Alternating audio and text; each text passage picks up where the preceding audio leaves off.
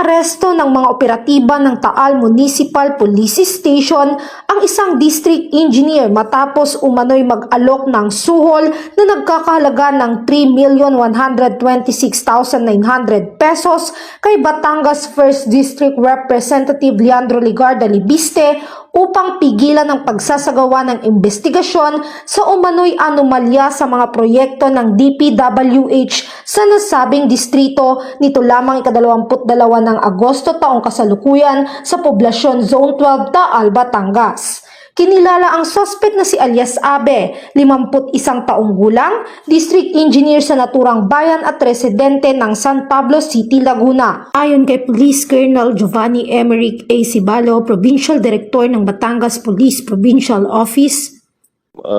Last Friday po, August 22, around 6 p.m. ay nag-responde po ang ating sa pangungunan ng ating hepe sa Taal dahil meron po kaming na-receive na information na may ongoing nga po sir na parang attempt to bribe si congressman po. Kaya nagtungo po si lugar at nakuha nila sir yung mismong tao doon sir at on the act sir na bribe sir. Andun din sir yung na-recover na pera sir amounting to more than 3 million sir. Based on reliable information, nag-responde po yung ating police sir.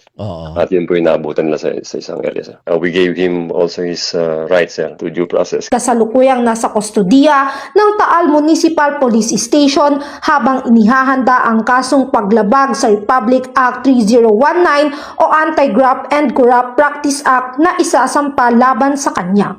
Mula dito sa PRO Calabarzon, ako ang inyong Police News Network Correspondent, Patrolwoman Priscel May T. Urbano, alagad ng batas, tagataguyod ng balitang pulis.